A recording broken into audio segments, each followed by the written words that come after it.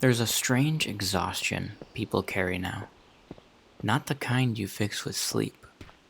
Not the kind that disappears after a weekend. It's deeper than that.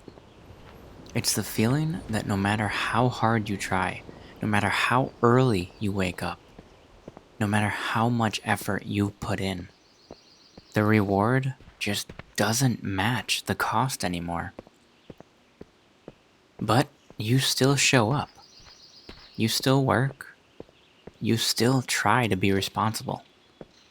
But something feels off. Like you're pouring everything you have into a system that no longer pushes anything meaningful back. This episode is about that feeling. Why work for so many people doesn't feel worth it anymore. Not because people are lazy, not because they don't want to work, but because the work reward contract quietly broke. For a long time, there was an unspoken deal. You didn't need it written down, everyone just knew. And it went like this: work hard, be reliable, improve your skills, stick it out, and in return, you'd earn stability. You'd move forward. You'd build a life. You'd feel like your efforts mattered. The contract wasn't about getting rich. It was about progress. The amount of effort you put in equaled life getting better. The belief powered generations. And for a while, it worked. Somewhere along the way, the math changed. Wages slowed, costs accelerated, productivity went up, but compensation didn't follow. People started working more hours for less purchasing power. Two incomes replaced one. Side hustles replaced rest. Passion replaced pay raises. And slowly, almost invisibly, the reward side of the contract shrank. The effort stayed the same. In many cases, it even increased. But the payoff delayed, reduced, or removed entirely. That's when the unease set in. Not panic, at least not at first. Just a quiet realization. I'm doing everything right. Why does it still feel like I'm falling behind? In games, there's a big difference between progression and maintenance. Progression feels good. Your character gets stronger. Your options expand. Your world opens up. Maintenance feels flat. You repair your gear. You restock your consumables. You log in just to keep things from getting worse. Modern work feels like maintenance mode. Paycheck comes in, bills go out, balance returns to zero. No accumulation, no safety buffer, no sense of leveling up. You're not failing, you're just stuck defending the same position over and over again. And defense without progression burns people out fast. For years, the advice stayed the same. Work harder. Be grateful. Put in your time. Climb the ladder. But ladders don't help if the rungs are spaced too far apart and the floor is sinking. People didn't stop believing in effort. They stopped believing effort would be rewarded fairly. That's a crucial distinction. When effort reliably leads to reward, people tolerate the hardships. When effort leads to exhaustion instead, motivation then collapses. Not because people changed, but because the feedback loop broke. Burnout used to be rare.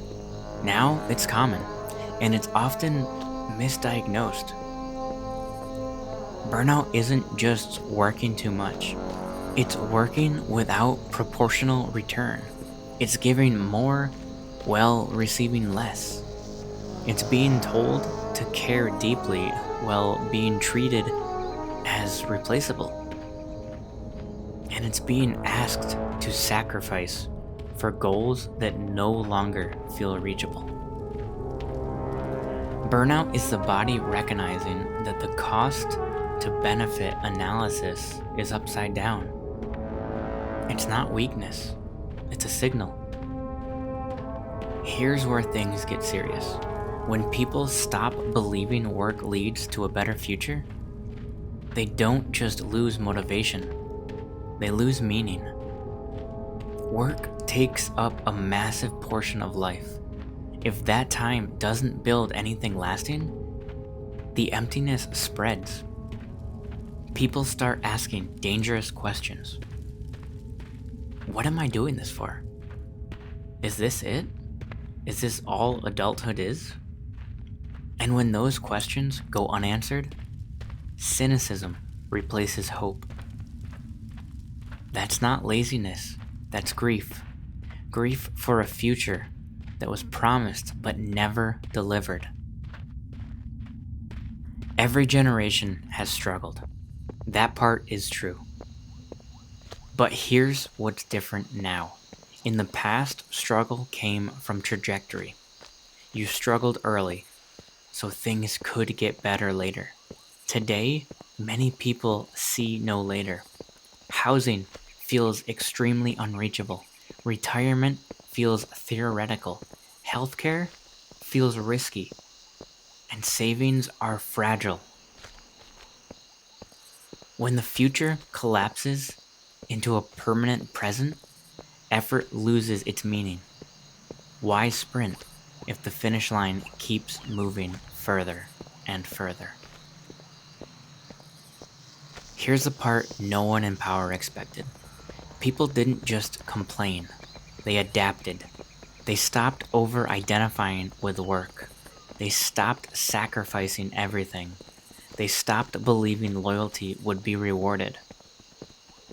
They job hopped. They set boundaries. They disengaged emotionally. And they redefined success. This isn't entitlement. It's a rational response to a system that stopped honoring its side of the deal. When the rules change, players change their strategies. That's not rebellion, that's intelligence.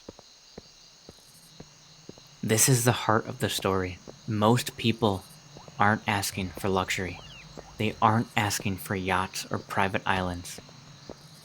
They only want stability, predictability, a future they can plan for, the ability to rest without guilt, and effort that actually leads somewhere. They want the work to reward contract restored. Not perfectly, not magically, just enough to believe again. Work doesn't feel worth it anymore because the spell broke. The spell that said, keep going, it'll all be worth it. When that belief collapses, people don't stop working. They stop believing. And belief is the real engine. If society wants motivation, it has to restore meaning. If it wants effort, it has to restore reward. Because no amount of motivational posters can fix a system where the math no longer works. If you feel this exhaustion, you're not weak, you're not lazy, you're perceptive. You noticed the contract changed. And noticing it is the first step toward rewriting it. Remember, stay thoughtful, stay stubborn, and do not let a broken system convince you that you are the problem.